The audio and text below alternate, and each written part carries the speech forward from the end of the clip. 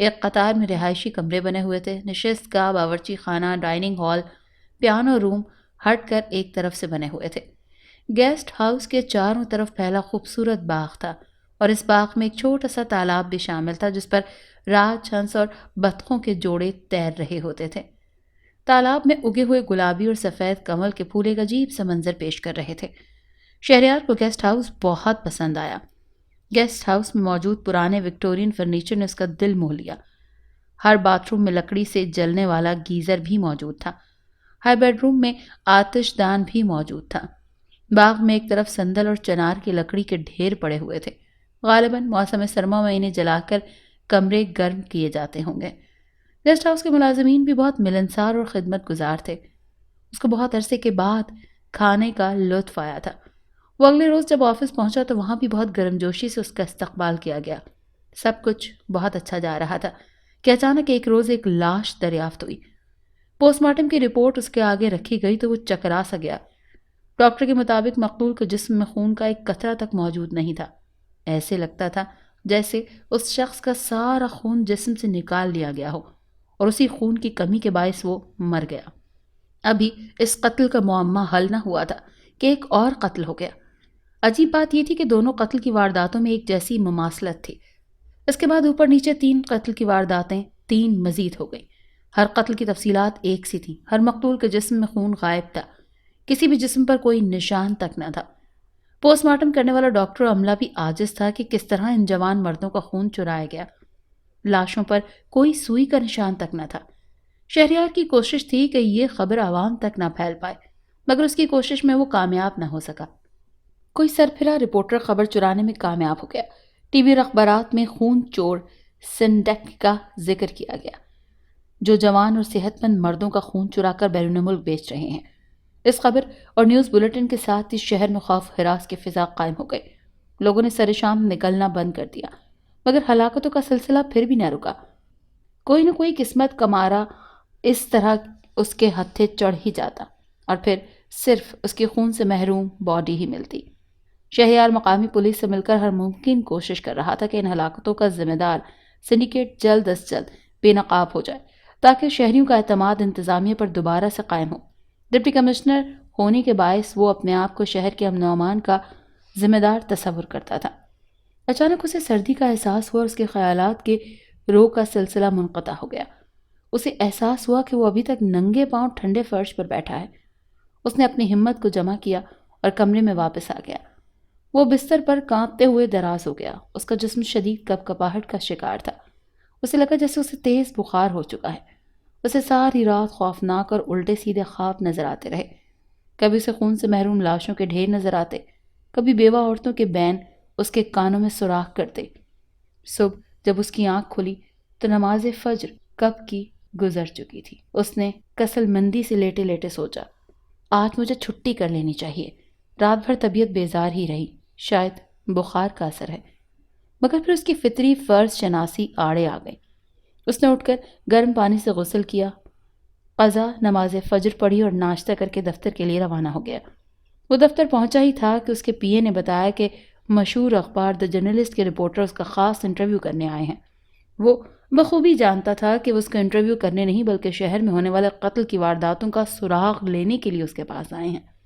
اس نے کچھ سوچا اور پھر پی اے کو انہیں بھیجنے کے لیے کہا۔ دروازے پر ہونے والی دستک پر اس نے سر اٹھا کر دیکھا۔ اس کا سانس رک گیا۔ اخبار کا رپورٹر ایک عورت تھی۔ اس کا حسن بہت ہی سوگوار سا تھا۔ اس کے چہرے پر سب سے زیادہ نمایاں اس کی نیلی چمکتی آنکھیں تھیں۔ ان آنکھوں میں ایک عجیب صفاکی اور بے رحمی سی تھی۔ اسے بے اختیار ہی وہ قد آدم چمگادڑ اور اس کی نیلی صفاک آنکھیں یاد آ گئی۔ اسے اس رپورٹر کی آنکھیں بہت آشنا سی لگیں۔ وہ غیر ارادی طور پر کھڑا ہو گیا۔ وہ عورت بہت اعتماد سے چلتی ہوئی اس کے پاس آئی اور مسافے کے لیے ہاتھ بڑھا کر بولی، I am Sana from the journalist. It's pleasure to meet you. Shahryar نے نہ چاہتے ہوئے بھی اس سے مسافہ کیا۔ اس نے جیسے ہی اس کا ہاتھ پکڑا تو اسے محسوس ہوا جیسے اس نے کسی برف کی سل کو پکڑ لیا ہو۔ اسے سنا کی نیلی آنکھیں اس کی روح کے دریچوں میں جھانکتی ہوئی محسوس ہوئیں۔ اس نے جھرجھری سی لی اور اسے بیٹھنے کا اشارہ کیا۔ سنا ٹانگ پر ٹانگ رکھ کر بیٹھ گئی۔ ان دونوں کے بیچ ایک دم سے خاموشی سی چھا گئی۔ شہریار نے اسے کہا، let me finish this file, just give me a 5 minute miss Sana. اس نازنین نے مسکرا کر سر ہلایا اور پرس سے نوٹ بک نکال کر کچھ لکھنے لگی۔ شہریار نے اپنی توجہ فائل کی طرف مبذول کر لی، مگر وہ کنکھیوں سے ثنا کا جائزہ بھی لے رہا تھا۔ ثنا کا رنگ بہت سفید تھا، اس کی رنگت کسی بھی شخص کو سنگ مرمر کی یاد دلا سکتی تھی۔ وہ سرو قد تھی، اس کے بال اخروٹی رنگ کے تھے، اس کا جسم بہت ہی متناسب تھا۔ اس وقت وہ کالے رنگ کے لانگ سکرٹ اور سرخ بلاؤز میں ملبوس تھی۔ اچانک ثنا نے نظر اٹھائی۔ شہریار اپنی چوری پکڑے جانے پر خفیف سا ہو گیا۔ اس نے فائل بند کی اور بولا، جی مس، پوچھئے کیا پوچھنا ہے؟ ثنا نے ایک ادائے دل برانہ سے مسکرا کر کہا، ڈپٹی کمشنر صاحب، آپ کے ہوتے ہوئے شہر بھر کا سکون برباد۔ ذرا خون چور سنڈیکیٹ اور اس کے شکار لوگوں کے بارے میں آپ کیا جانتے ہیں، اور آپ لوگ کیا کر رہے ہیں؟ شہریار نے محتاط الفاظ میں اسے جواب دیا اور گھڑی دیکھ کر بولا، سوری مس، مجھے اب میٹنگ پر جانا ہے۔ ثنا بھی پراسرار انداز میں مسکرائی اور بولی، اب تو ہمارا آمنا سامنا ہوتا ہی رہے گا، ہم بھی پریس والے ہیں، ہم سے پیچھا نہیں چھڑا سکتے آپ۔ شہریار ہنگامی طور پر اسپتال پہنچا۔ ابھی ایک جوان لڑکے کی لاش ایمبولینس والے لے کر آئے تھے، مگر اسپتال پہنچ کر معائنہ کرنے پر پتہ چلا کہ ابھی اس میں جان باقی ہے۔ لڑکے کا رنگ سفید ہوتا جا رہا تھا، اس کی آنکھیں بے رنگ ہوتی جا رہی تھیں۔ ڈاکٹر اسے خون کی بوتل چڑھاتے ہوئے اس کی جان بچانے کی بھرپور کوشش کر رہے تھے۔ اس لڑکے کی حالت بہت خراب تھی، ایسے لگتا تھا جیسے کسی نے اس کے جسم سے خون کا آخری قطرہ تک نچوڑ لیا تھا۔ پچھلے 2 ہفتوں میں ہونے والے مقتولین اور اس کی حالت میں کوئی فرق نہیں تھا۔ ڈاکٹر حیران تھے کہ وہ سانس کیسے لے رہا ہے۔ ڈاکٹروں کے منع کرنے کے باوجود شہریار اپنے ماتحت کے ساتھ زبردستی اسپتال کے کمرے میں داخل ہو گیا۔ اس نے دیکھا کہ اسے دیکھ کر اچانک شدید خوفزدہ ہو گیا ہے لڑکا۔ وہ پھٹی پھٹی آواز میں اس کی جانب اشارہ کر کے چلایا، تم نشان زدہ ہو، اس نے تم پر مہر لگا دی ہے، وہ جلد تمہیں بھی خون آشام بنا ڈالے گی۔ اسے اپنے بادشاہ کے طور پر تم پسند آ گئے ہو، تم امبوسا ہو، تم بادشاہ خون آشام بن جاؤ گے۔ شہریار نے حیرت سے لڑکے کی جانب دیکھا۔ لڑکے کی انگلی کا اشارہ اس کے چہرے کی جانب تھا۔ اس کے ہونٹ پر شدید چبھن شروع ہو گئی۔ اس کا ماتحت اس کی طرف حیرانگی سے دیکھتے ہوئے بولا، سر، آپ کے ہونٹ سے خون بہہ رہا ہے۔ شہریار نے جیب سے جلدی سے رومال نکالا اور ہونٹ پر رکھ دیا۔ وہ تیزی سے چلتا ہوا لڑکے کے قریب آیا۔ لڑکے کی حالت بہت تیزی سے بگڑ رہی تھی۔ اس نے لڑکے کا ہاتھ پکڑا اور بولا، مجھے بتاؤ، تم اس حال تک کس نے پہنچایا؟ خدا را مجھے زندگیاں بچانے میں مدد دو۔ لڑکا اٹک اٹک کر بولا، وہ عورت نہیں، وہ خوبصورت چڑیل ہے، وہ شوالا ہے، اس کا اشوا ناقابل مزاحمت ہے، اس کا نام واہ۔ ساتھ ہی لڑکے کی گردن ڈھلک گئی۔ شہریار نے اپنی ہتھیلی پر مکہ مارا۔ 2 گام پر منزل تھی، مگر لڑکے کو مہلت نہیں مل سکی کہ وہ اس قاتل کا نام بتا پاتا۔ شہریار کی نظر اچانک لڑکے کی گردن پر پڑی۔ اس کی گردن پر 3 باریک سے نشانات تھے۔ اس نے ڈاکٹرز کی توجہ نشانات کی طرف مبذول کرائی۔ سینئر سرجن بولا، یہ تو کانٹے کے نشان ہیں۔ شہریار بےتابی سے بولا، ڈاکٹر صاحب، یہ کس جانور کے کاٹنے کے نشانات ہیں؟ تمام ڈاکٹرز غور سے نشانات کو دیکھ کر سر ہلاتے ہوئے بولے، حیرت انگیز طور پر یہ کسی جانور یا انسان کے کاٹے ہوئے نشانات نہیں ہیں۔ ان کی اصل حقیقت سے پردہ تو صرف پوسٹ مارٹم کے بعد ہی اٹھایا جا سکتا ہے۔ شہریار نے اپنے ہونٹ سے رومال اٹھایا تو اس پر خون کا ایک بڑا سا قطرہ نظر آیا۔ وہ تیز تیز قدموں سے کمرے سے باہر نکل آیا۔ اس کا ذہن بری طرح سے الجھ گیا تھا۔ اسے وہ رات یاد آ گئی جب چمکدار نیلی آنکھوں والی چمگادڑ نے اس کے ہونٹوں پر کاٹا تھا۔ اسپتال سے باہر نکلتے وقت اس کی ٹکر ایک نرس سے ہو گئی۔ وہ نرس زمین پر گر جاتی اگر وہ اسے سہارا نہیں دیتا، مگر اچانک ہی اس کی نظر اس کی گردن پر پڑی۔ اس کی گردن کی رگوں میں بہتے ہوئے خون کی رفتار اسے محسوس ہوئی۔ اس کا دل کیا کہ اس کی گردن پر دانت گاڑ کر اس کے جسم سے ایک ایک قطرہ خون کا نچوڑ لے۔ شہریار کو چکر آنے لگے۔ اچانک اس کے ماتحت نے اسے مخاطب کر کے کہا، سر، آپ ٹھیک تو ہیں؟ شہریار نے صرف سر ہلایا اور تیزی سے اسپتال سے باہر نکل گیا۔ اسے اپنی جیپ میں بیٹھ کر جیپ سٹارٹ کی اور خالص ذہنی کی کیفیت میں چل پڑا۔ اسے کچھ اندازہ نہیں تھا کہ وہ کہاں جا رہا ہے۔ اس کے جسم پر ایک تشنگی سی کی کیفیت تھی۔ اسے اپنے آپ سے خوف محسوس ہو رہا تھا۔ پتہ نہیں وہ کتنا وقت بے مقصد ڈرائیونگ کرتا رہا۔ شام اب سر پر آ چکی تھی۔ دور سورج افق میں ڈوب رہا تھا۔ ایک موڑ کاٹتے ہی اچانک اسے سڑک کے بیچوں بیچ ایک لڑکی کھڑی نظر آئی۔ اس کی کار ایک طرف کھڑی تھی۔ شاید اس کی کار خراب تھی۔ اس نے بادل نخواستہ جیپ روکی۔ وہ دمبا خود سا رہ گیا۔ وہ لڑکی کوئی اور نہیں، ثنا تھی، وہی رپورٹر جس سے وہ مل کر بے چین سا ہو گیا تھا۔ اس نے سرخ رنگ کا گاؤن زیبتن کیا ہوا تھا۔ اس کے جوڑے، میک اپ اور جیولری سے اندازہ ہو رہا تھا کہ وہ کسی پارٹی سے واپس آ رہی ہے۔ اس کا حسن اس گاؤن سے چھلک رہا تھا۔ شہریار کو دیکھ کر وہ ایک ادائے قاتلانہ سے مسکرائی اور بولی، کیا آپ مجھے گھر تک لفٹ دے دیں گے؟ شہریار نے خاموشی سے سر ہلایا۔ وہ اچک کر پیسنجر سیٹ پر بیٹھ گئی۔ اس کے جسم سے مسحور کن خوشبو اٹھ رہی تھی۔ شہریار کے ضبط کا بندھن کمزور ہو رہا تھا۔ اسے احساس ہو رہا تھا وہ بری طرح ثنا پر مر مٹ چکا ہے۔ وہ ثنا کے توبہ شکن حسن سے نگاہیں چراتے ہوئے اس کی ہدایات کے مطابق اس کے گھر آ پہنچا۔ اسے یہ دیکھ کر بہت تعجب ہوا کہ ثنا کا گھر سرکاری گیسٹ ہاؤس کے بالکل پیچھے واقع تھا۔ ثنا ہنس کر بولی، یہ چند گھر گیسٹ ہاؤس میں کام کرنے والے نوکروں کے لیے بنوائے گئے تھے، اب یہاں ہم رہتے ہیں، پریس والے۔ شہریار اس کے پیچھے پیچھے جیپ سے اتر آیا۔ ثنا بے تکلفی سے اس کا ہاتھ پکڑ کر اسے اندر لے گئی۔ گھر کے اندر بہت اندھیرا تھا۔ بہت مدھم سی ٹیبل لیمپ جل رہی تھی۔ ایک عجیب سی سلاہٹ اور ناگوار سی بدبو کا احساس تھا۔ شہریار کو ایک عجیب سا احساس ہوا۔ پھر اس نے سوچا شاید یہ گھر کافی پرانے ہیں، دیکھی بھالی شاید کوئی عجیب سی چیز ہو یہاں پر، کچھ سیلن ہو جس کی وجہ سے ایسی اسمیل آ رہی ہے۔ ثنا نے اسے کافی کی آفر کی۔ اس نے سر ہلا کر وہ آفر قبول کر لی۔ ثنا کچن میں کافی بنانے چلی گئی۔ شہریار ایک عجیب سے احساس کے تحت نشست گاہ کا جائزہ لینے لگا۔ اچانک اس کے پیر کے نیچے کچھ آیا۔ اس نے مڑے توڑے کارڈ کو اٹھایا اور الٹ پلٹ کر دیکھا۔ وہ ایک اسٹوڈنٹ آئی ڈی کارڈ تھا۔ اسٹوڈنٹ کی شکل دیکھ کر وہ شاکڈ رہ گیا۔ یہی وہ نوجوان تھا جس نے آج صبح ہسپتال میں دم توڑا تھا۔ اس نے بے اختیاری ہی اسے پھینک دیا۔ وہ ایک انجانے سے احساس کے تحت کچن میں گیا۔ اس نے دیکھا کہ ثنا کافی مگز میں انڈیل رہی ہے۔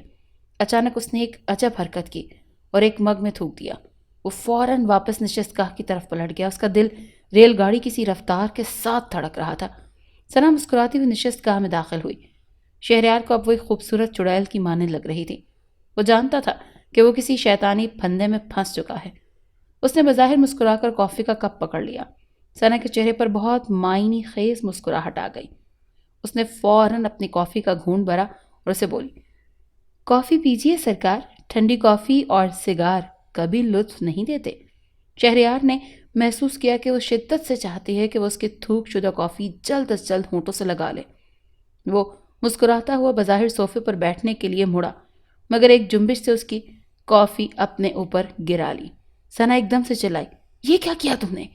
شہریار نے مسکرا کر جواب دیا، بھائی ایک تو میں جل گیا، بجائے میری خیریت مطلوب ہونے کے آپ کو مگ کے ٹوٹنے کی اتنی فکر ہو رہی ہے۔ غلطی سے ہاتھ لگ گیا، کوئی جان کر تھوڑی کافی گرائی ہے۔ ثنا نے اپنے جذبات قابو میں کیے اور درمیانی آواز میں بولی، چلیں باتھ روم میں جا کر شرٹ دھو لیجیے، میں دوبارہ سے کافی بناتی ہوں۔ شہریار باتھ روم میں گیا تو ٹھٹک سا گیا۔ سینک کے اوپر لگے شیشے پر اخبار چپکایا گیا تھا۔ اس نے آہستہ سے دروازہ کھولا اور گھر کے باقی کمروں میں چکر لگایا۔ ہر کمرے میں شیشوں پر چادریں ڈالی ہوئی تھیں۔ فرش پر فضلے کے ڈھیر پڑے ہوئے تھے۔ ایک طرف تہہ خانے کا دروازہ تھا۔ وہ دبے پاؤں تہہ خانے میں اترا اور سن سا ہو گیا۔ تہہ خانے میں بے شمار قدادم چمگادڑیں الٹی لٹک رہی تھیں۔ فرش پر ان کی بدبو اور فضلے کا ڈھیر پڑا تھا۔ الٹے پاؤں فوراً واپس اوپر آ گیا۔ ہر کمرے میں عجیب و غریب بو کا بسیرا تھا، جو اس بات کی دلیل تھی کہ جا بجا چمگادڑوں کا فضلہ پڑا ہے۔ اسے یہ بو بہت جانی پہچانی محسوس ہو رہی تھی۔ اچانک اسے یاد آیا کہ یہ بدبو قلمی شورے سے ملتی جلتی ہے۔ اسے خیال ہے کہ قلمی شورا قد آدم چمگادڑ کے فضلے سے حاصل ہونے والی کیمیائی مواد سے بنایا جاتا ہے۔ اسے ثنا کا شوق سمجھ آ رہا تھا کہ وہ چمگادڑوں کو فضلہ کیمیکل کمپنیوں کو بیچتی ہوگی، کیونکہ اس کی آتش گیر خصوصیات کے باعث اسے ایٹمی ہتھیاروں کی تیاری میں استعمال کیا جاتا ہے۔ اسے ثنا کی اصلیت سمجھ میں نہیں آ رہی تھی۔ وہ ابھی بھی بے یقینی کی سرحد پر کھڑا تھا۔ وہ پھرتی سے باتھ روم میں گھس گیا۔ اس نے اپنی قمیض صاف کی اور باہر نکلا تو ثنا کافی لیے کھڑی تھی۔ اس کا دل دھک سے رہ گیا، مگر ہمت جٹا کر اس نے کہا، ایک اور قتل کا کیس آیا ہے، مجھے فوراً جانا پڑے گا۔ وہ بے یقینی سے بولی، یہ کیسے ممکن ہے؟ میں تو ادھر ہوں۔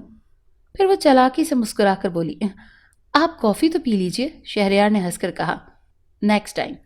یہ کہہ کر وہ تیزی سے گھر سے باہر نکل آیا۔ باہر کی تازہ ہوا نے اس کے حواس بحال کر دیے۔ وہ تیزی سے اپنے دفتر کی طرف روانہ ہو گیا۔ اس نے دفتر پہنچتے ہی اپنا کمپیوٹر کھولا اور اپنی دوست ٹم کو ای میل بھیجی۔ اسے معلوم تھا کہ ٹم اسے ساری معلومات حاصل کر کے خود اس سے رابطہ کرے گا۔ وہ ابھی انہی سوچوں میں ہی گم تھا کہ اس کا پی اے بھاگا بھاگا آیا۔ اس کا چہرہ پیلا ہو رہا تھا، وہ بہت خوفزدہ لگ رہا تھا اور پھٹی پھٹی آواز میں بولا، سر، وہ لڑکے کی لاش زندہ ہو گئی ہے۔ اس نے میرے سامنے پوسٹ مارٹم کرنے والے ڈاکٹر اور اس کے ماتحت کا خون پی لیا۔ آپ یقین کیجئے، اس نے انہیں چوس لیا اور پھر کھڑکی سے چھلانگ لگا کر وہ ایک قدادم چمگادڑ میں تبدیل ہو گیا اور فضا میں اڑ گیا۔ شہریار کو زیادہ تعجب نہیں ہوا۔ اس نے پی اے ظہیر کو نرمی سے دیکھا اور کہا، آپ گھر جا کر آرام کیجئے، صبح بات کرتے ہیں اس بارے میں۔ ظہیر ہانپتا کانپتا چلا گیا۔ شہریار نے کچھ سوچا، اچانک اس کے فون کی بیل بجی۔ اس نے فون اٹھایا، دوسری طرف ٹم تھا۔ وہ بہت خوف زدہ لگ رہا تھا۔ وہ بولا، قدادم چمگادڑوں کی ایک نسل روئے زمین پر پائی جاتی ہے جو انسان کے قد کے برابر ہوتی ہیں۔ یہ قسم خون آشام ہوتی ہے، مگر یہ صرف ایمیزون کے جنگلات میں پائی جاتی ہے۔ وہاں پر رہنے والے قبائل کا کہنا ہے کہ ہزاروں سالوں میں ایک دفعہ ان چمگادڑوں کے گھر ایسی مادم جنم لیتی ہے جو 100 سال بعد انسانی شکل اختیار کر سکتی ہے۔ یہ مادہ چمگادڑ شوالا کہلاتی ہے۔ اگر اسے انسانوں کے قبیلے سے کوئی پسند آ جائے تو وہ اس کے ہونٹ پر کاٹ کر مہر لگا کر امبوسا بنا دیتی ہے۔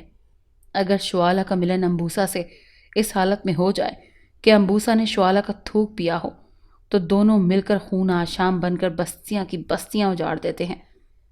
شہریار سن سا ہو گیا۔ اس پر ثنا کی حقیقت واضح ہو گئی۔ ٹم اس کی حالت سے بے خبر بولا، میں نے بس ویسی انفارمیشن چاہیے تھی۔ اس نے آگے سے کہا، میں نہیں جانتا کہ تمہیں یہ انفارمیشن کیوں چاہیے تھی، وہ بھی شوالا کے لیے۔ شہریار نے کوئی وضاحت نہیں کی اور خاموشی سے فون بند کر دیا۔ اسے سمجھ نہیں آ رہا تھا کہ وہ کیا کرے اور شہر کے باسیوں اور خود کو ظالم شوالا سے محفوظ کیسے کرے۔ وہ دفتر سے ٹرانس کسی کیفیت میں نکلا اور جیپ میں بیٹھ کر چل پڑا۔ تھوڑی دور ہی پہنچا تھا تو اس نے دیکھا کہ ثنا اور وہ جوان سالہ مردہ لڑکا سڑک کا راستہ گھیرے کھڑے تھے۔ اسے معلوم تھا کہ وہ شکاری اس کی آمد کے ہی منتظر تھے۔ اس نے تیزی سے جیپ کو دوسری سڑک کی طرف موڑ ڈالا۔ ان دونوں نے یہ دیکھتے ہی دیکھتے قدادم چمگادڑوں کی شکل اختیار کر لی۔ اب وہ اڑتے ہوئے اس کے تعاقب میں آ رہے تھے۔ شہریار کے رونگٹے کھڑے ہو گئے۔ اس نے بے اختیار ہی قرآن پاک کی بآواز بلند تلاوت شروع کر دی۔ اس کے پیچھے جھلی جیسی سیاہ پر پھیلائے منحوس صورت دو چمگادڑیں آ رہی تھیں۔ ان کی رفتار بہت تیز تھی۔ اچانک اس کو راستے میں ایک درگاہ نظر آئی۔ اس نے جیپ بے اختیار ہی درگاہ کی طرف موڑ لی۔ اس کی مرحومہ ماں کہا کرتی تھی، بیٹا، اللہ والوں کے فیض کا سلسلہ ان کے مرنے کے بعد بھی جاری رہتا ہے۔ وہ جیسے ہی درگاہ میں داخل ہوا، اس نے دیکھا کہ ثنا اور اس کا کاریگر باہر ہی رک گئے۔ وہ دونوں بہت مشکل میں پڑے لگ رہے تھے۔ ثنا چیخ کر بولی، آج 14ویں کی رات اگر عمل پورا نہ ہوا تو پھر پورے 100 سال میں ایسی رات دوبارہ نہیں آئے گی۔ جاؤ، اسے پکڑو، کھینچ کر باہر لاؤ۔ وہ مردہ چیلا جیسے دروازے سے داخل ہوا، اس کے پروں کو آگ لگ گئی۔ اس کی ہیبت ناک چیخوں سے درگاہ گونج اٹھی۔ اس کی چیخیں سن کر درگاہ کے ملنگ باہر آ گئے۔ انہوں نے صورتحال بھانپ کر شہریار کو فوراً اندر بلا کر دروازے بند کر دیے۔ شہریار کا دماغ سمجھ نہیں پا رہا تھا کہ وہ کیسے اس سارے چکر میں شامل ہو گیا تھا۔ وہ بے یقینی سے بولا، یہ 21ویں صدی ہے۔